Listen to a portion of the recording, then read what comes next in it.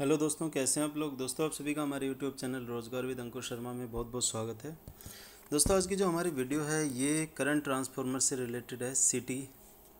ठीक है, current transformer पे ऑलरेडी मैं 2 वीडियो बना चुका हूँ। तो इस टॉपिक का जो हमारा मतलब होगा वो होगा सेकेंडरी वाइंडिंग से। जो हमारी सिटी कॉइल है, सिटी मतलब कि करंट ट्रांसफार्मर। तो करंट ट्रांसफार्मर के अंदर हमारी 2 वाइंडिंग्स होती हैं।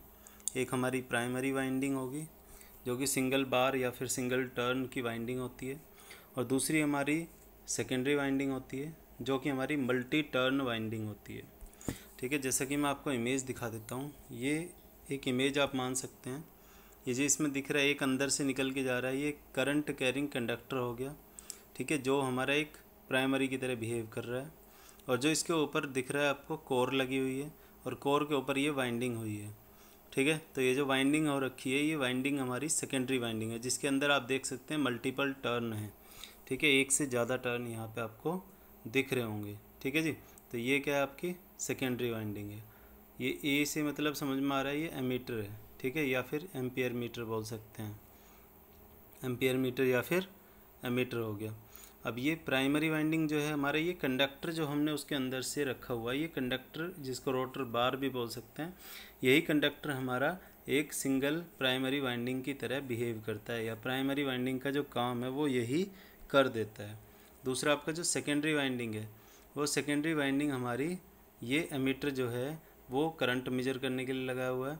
लेकिन पॉइंट यहाँ पे ये है कि सेकेंडरी वाइंडिंग को हम शॉर्ट सर्किट करके रखते हैं। अब क्वेश्चन भी हमारा इसी पे बेस्ड है कि भाई शॉर्ट सर्किट हम करते ही क्यों हैं। ठीक है, तो इसी बात का जवाब देने के लिए आज हमने ये वीडियो बनाई है।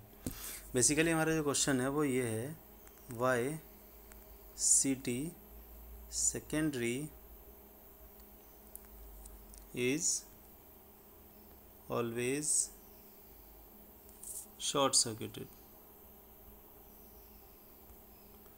ठीक है जी, ये है हमारा आज का टॉपिक कि जो सिटी है, करंट ट्रांसफार्मर है, उसकी सेकेंडरी वाइंडिंग हमेशा शॉर्ट सर्किट ही क्यों रहती है।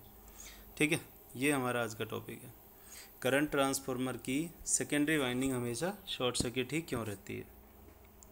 अब दोस्तों, इसका लॉजिक समझते हैं हम। बेसिकली अभी हमने देखा कि ये हमारा एक प्राइमरी वाइंडिंग है, ये हमारी कोर है। चलो एक कोर को थोड़ा अच्छे से दिखा लेते हैं। ये हमारी सपोज कोर है। ठीक है, अब इस कोर के ऊपर से हमने क्या किया हुआ है, ये हमने वाइंडिंग की हुई है। ओके, ये हमारी होगी प्राइमरी वाइंडिंग, करंट इसके अंदर से हमारी जा रही है, प्राइमरी होगी। और ये वाली होगी हमारी येलो कलर में सेकेंडरी, ये हमारी सेकेंडरी वाइंडिंग हो गई है। और इसके बाद हमारा ये देखिए यहाँ से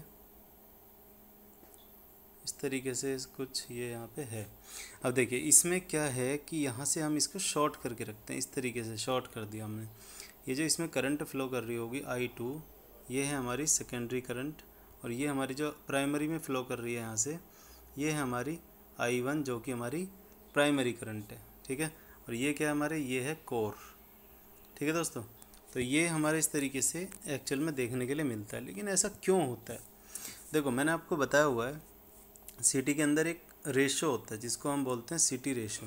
वो इस तरीके से मिलता है आपको 100/5, 500/5, 1000/5। मतलब इसका ये है कि अगर हम 100 एम्पियर इनपुट करंट दे रहे हैं, मतलब कि प्राइमरी करंट दे रहे हैं, तो सेकेंडरी में वो 5 एम्पियर में बदल जाएगी। 100 एम्पियर को ये 5 एम्पियर करके देगा। अगर हम प्राइमरी में 500 एम्पियर दे रहे हैं तो ये सेकेंडरी में 5 एम्पियर कर देगा।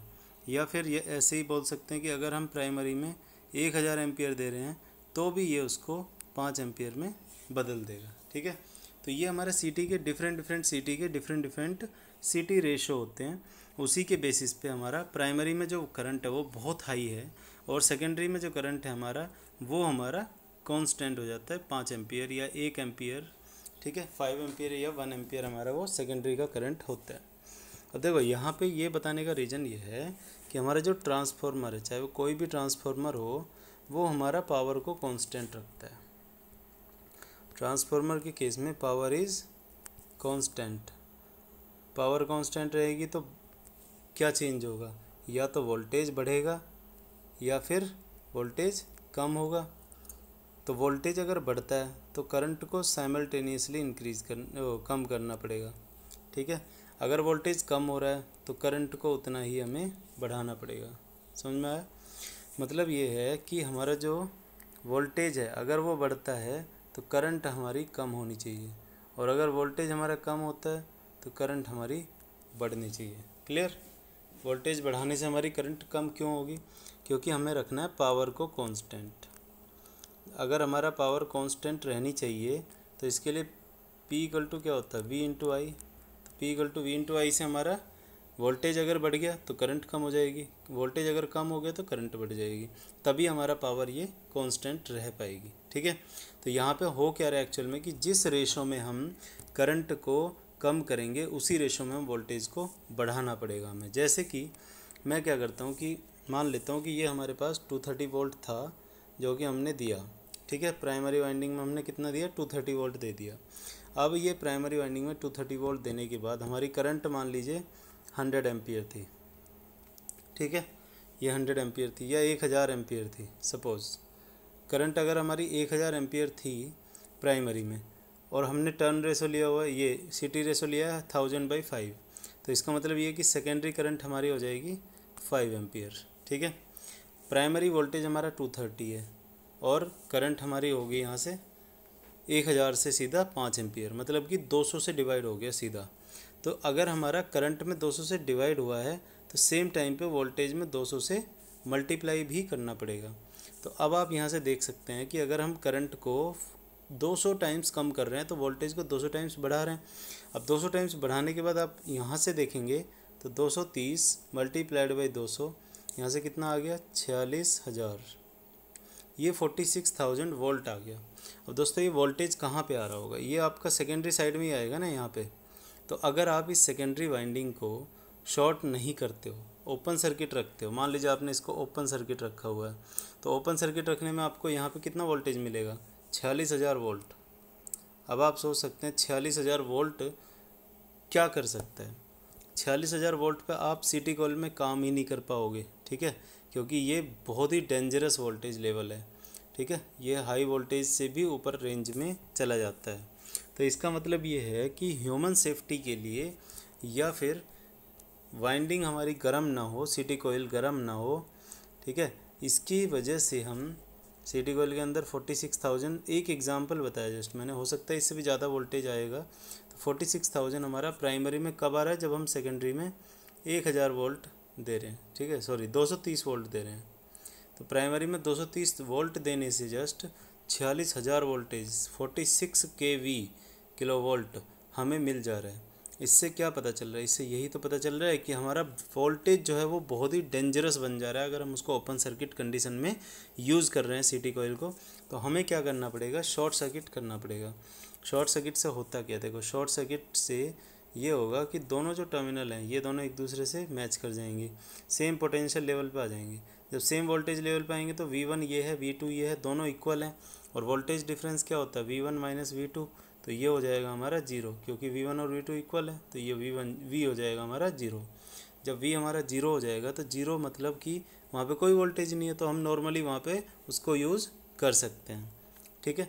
दूसरा इसका एक MMF से भी रिलेटेड होता है कि मैग्नेटोमोटिव फोर्स जिसको हम बोलते हैं, तो MMF भी हमारा बहुत ही हाई अमाउंट में वहाँ पे जनरेट हो रहा होता है। तो उसकी वजह से वैसे जो मेन रीज़न है वो यही है कि हमें जो करंट है वो हमारी डिक्रीज़ होगी, क्योंकि सिटी रेशो उसमें यूज़ किया गया है, और जो वोल्टेज है वो उतना ही रेशो में बढ़ जाएगा। तो जब उतना ही रेशो में बढ़ जाएगा तो बहुत ही डेंजरस वोल्टेज लेवल यहाँ पे जनरेट हो सकता है, जिस पे ह्यूमन सेफ्टी की वजह से काम करना पॉसिबल नहीं है, ठीक है। और वो बहुत ही डेंजरस वोल्टेज लेवल हमारी सिटी को भी बर्बाद कर सकता है। तो इसी वजह से हमें सिटी कॉइल की सेकेंडरी वाइंडिंग को क्या करना होता है, शॉर्ट सर्किट, ठीक है दोस्तों। तो वीडियो आपको पसंद आया होगा, और कोई डाउट आपका रह गया तो आप कमेंट बॉक्स में ज़रूर पूछिएगा। बाकी चैनल को हमारे सब्सक्राइब जरूर कर लीजिए, और वीडियो को पसंद आए तो लाइक और शेयर कर देना। बाकी मिलते हैं नेक्स्ट वीडियो में। Thank you for watching.